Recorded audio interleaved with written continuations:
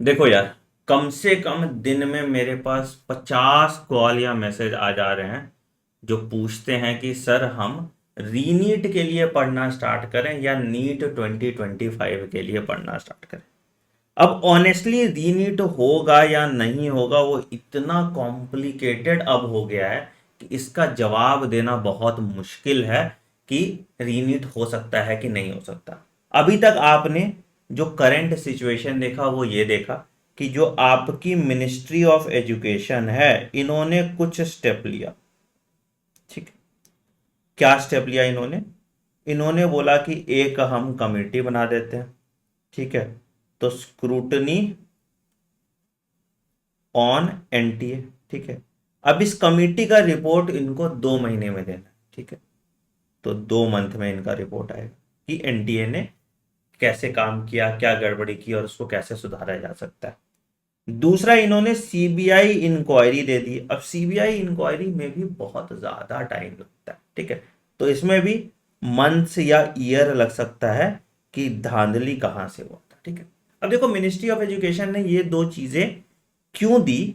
ताकि ये अपनी इज्जत बचा पाए सुप्रीम कोर्ट के सामने। अगर इनको एक्चुअली लगता कि कुछ गड़बड़ी हुई है या अगर ये एक्चुअली पेपर कैंसिल करना चाहते तो they would have done it before 23rd। ये वाला पेपर कराने का, जो रीनीट अभी कराया, इस कराने का कोई लॉजिक नहीं था। 3 बार रीनीट होने का कोई लॉजिक नहीं था। तो मिनिस्ट्री ऑफ एजुकेशन का यही स्टैंड है कि वो, मुझे जहां तक लगता है कि ये नो रीनीट की तरफ ही है।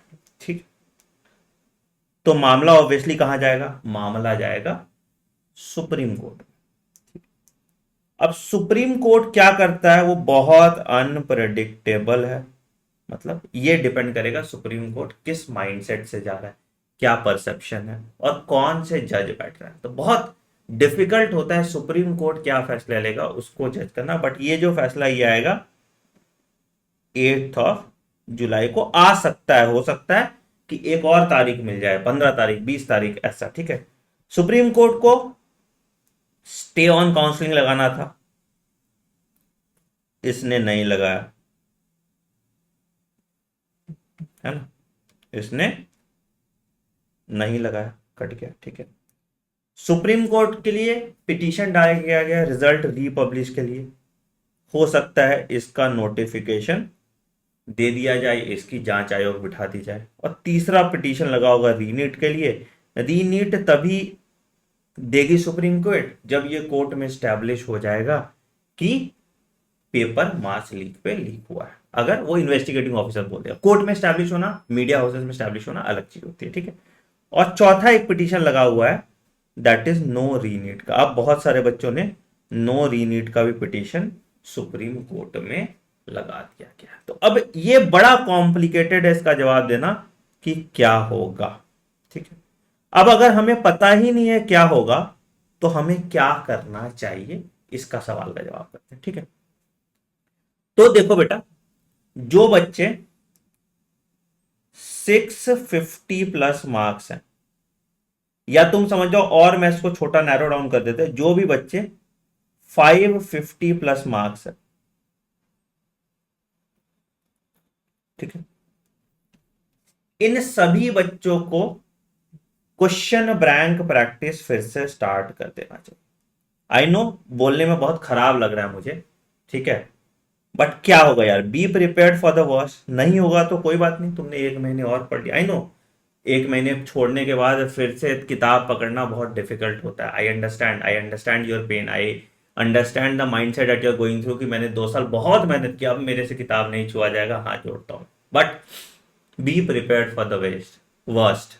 ठीक है, अगर आपने इतने दिन मेहनत किया है तो 1 महीने और कंटिन्यू करो। 8 तारीख को तो फैसला आ ही जाएगा, उसके हिसाब से डिसाइड कर लेना क्या करें। थोड़ा थोड़ा क्वेश्चन बैंक प्रैक्टिस कर लीजिए और थोड़ा थोड़ा मॉक टेस्ट कीजिए, थ्योरी आप मत पढ़िए। ये किसके लिए मैं बोल रहा हूं?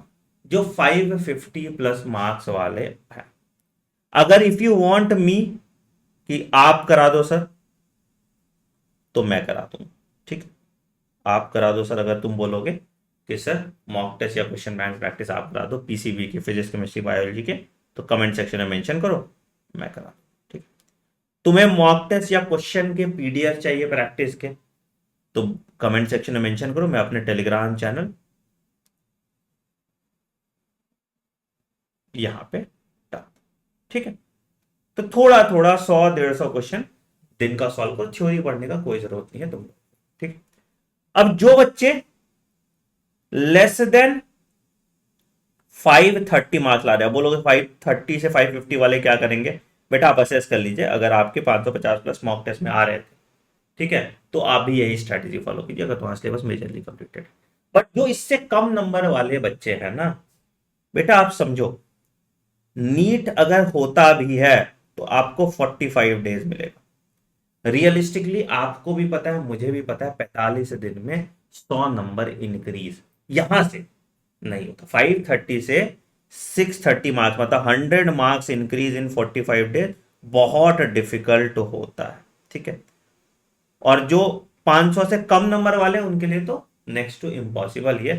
तो यही 45 डेज में जो 100 मार्क्स इंक्रीज करने का आप सोच रहे हो, ये पॉसिबल नहीं है। तो आपको क्या करना चाहिए? आपको स्टार्ट प्रिपरेशन करना चाहिए फॉर नीट 2025। ये मेरे को, अगर दिल पे हाथ रख के तुम भी जवाब मांगोगे तो यही जवाब तुमको मिलेगा, ठीक है। अब तुमको डिल्यूजनल रहना है तो अलग बात है, और जिसको सिर्फ क्वालिफाई करना है या जिसको सिर्फ प्राइवेट कॉलेज चाहिए, ठीक है, या कुछ भी ऐसा चाहिए, तो वो क्या करे? मेरी एक किताब है बायोलॉजी इन 30 डेज,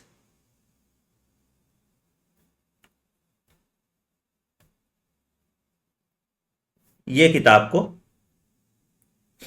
परचेज कर लो।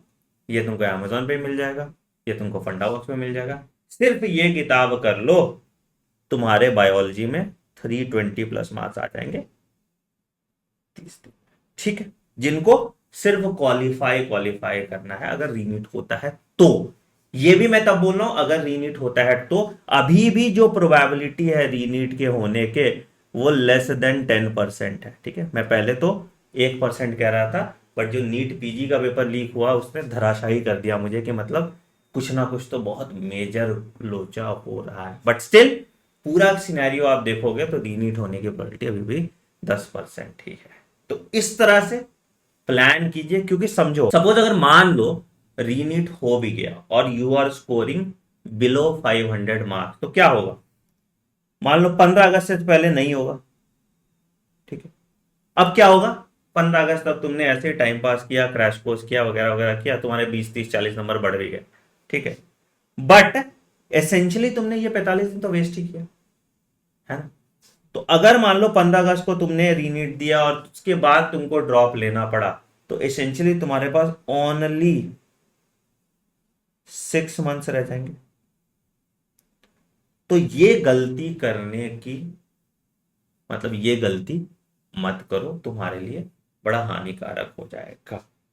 तो रीनीट के लिए अगर पढ़ना शुरू करना चाहिए तो इन बैंडविथ वाले बच्चों को शुरू करना चाहिए, या जिसको क्वालिफाई या प्राइवेट कॉलेज चाहिए इन बैंडविथ वाले को शुरू करना चाहिए। जो नहीं अफोर्ड कर सकते प्राइवेट कॉलेज, जो नहीं अफोर्ड कर सकते एमबीबीएस अब्रॉड जाना, जो नहीं अफोर्ड कर सकते बाकी सारी चीजें, और उनको सरकारी गवर्नमेंट मेडिकल कॉलेज ही चाहिए और 530 से कम नंबर आ रहे हैं, आप नीट 2025 के लिए प्रिपेयर करना स्टार्ट कर दीजिए। ये सबसे रियलिस्टिक अप्रोच होगा आपके हिसाब से, ठीक है।